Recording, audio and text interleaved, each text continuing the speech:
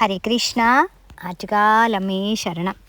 തിരുവനന്തപുരം മുഴുവൻ ആറ്റുകാൽ പൊങ്കാല മഹോത്സവത്തിൻ്റെ ആ ഒരു സന്തോഷത്തിലാണ്. ക്ഷേത്ര ഐതിഹ്യം പറയുന്ന നിരപരാധിയായ തൻ്റെ ഭർത്താവ് കോവലനെ ചിലമ്പ് മോഷ്ടിച്ചു എന്ന കുറ്റത്തിൽ വധിച്ച പാണ്ഡ്യരാജാവിൻ്റെ മധുര നഗരം ചുട്ടെരിച്ച ശേഷം തിരുവനന്തപുരത്തെത്തിയ കണ്ണകി മുല്ലവീട്ടിൽ കാരണവർക്ക് കിള്ളിയാറിൻ്റെ സമീപത്ത് വെച്ച് പ്രത്യക്ഷപ്പെടുകയും ദേവി നിർദ്ദേശിച്ച സ്ഥലത്ത് ക്ഷേത്രം നിർമ്മിച്ച് കുടിയിരുത്തിയാണ്. ഉഗ്രരൂപിണിയായി വന്ന ദേവിയെ ശാന്തയാക്കാനും സന്തോഷിപ്പിക്കാനും ഭക്തർ പൊങ്കാല നിവേദ്യം സമർപ്പിച്ചു. ചതുർബാഹുവായ ഭദ്രകാളിയായിട്ടാണ് പ്രതിഷ്ഠ.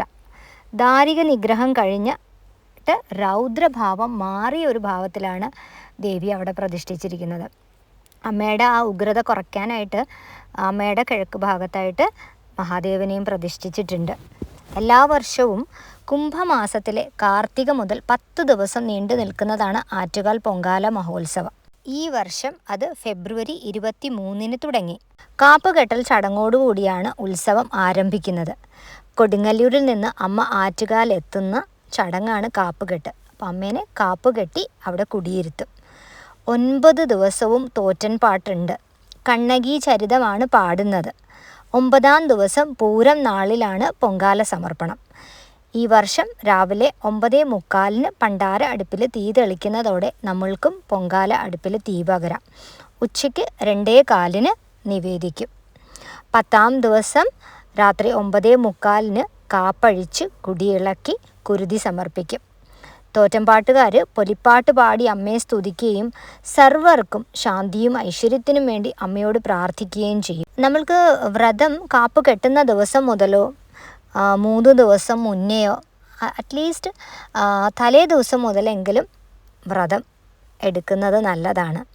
നോൺ വെജ് കഴിവതും ഒഴിവാക്കുക. കഴിയുമെങ്കിൽ ക്ഷേത്ര ദർശനം നടത്തുക.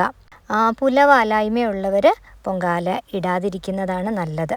വ്രതശുദ്ധിയോടെ പൂർണ്ണ സമർപ്പണത്തോടെ വേണം നമ്മൾ പൊങ്കാല അർപ്പിക്കാനായിട്ട്. പൊങ്കാല സാധനങ്ങളും എപ്പോഴും ശുദ്ധമായത് തിരഞ്ഞെടുക്കാൻ ശ്രദ്ധിക്കണം. പുതിയ മൺകലമാണ് ഉത്തമം.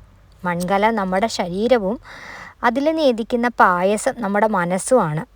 അപ്പം എല്ലാ സങ്കടങ്ങളും ആ അമ്മയുടെ മുന്നിൽ സമർപ്പിക്കുക.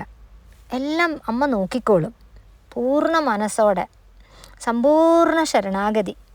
ബാക്കിയെല്ലാം പിന്നെ അമ്മ നോക്കിക്കോളും.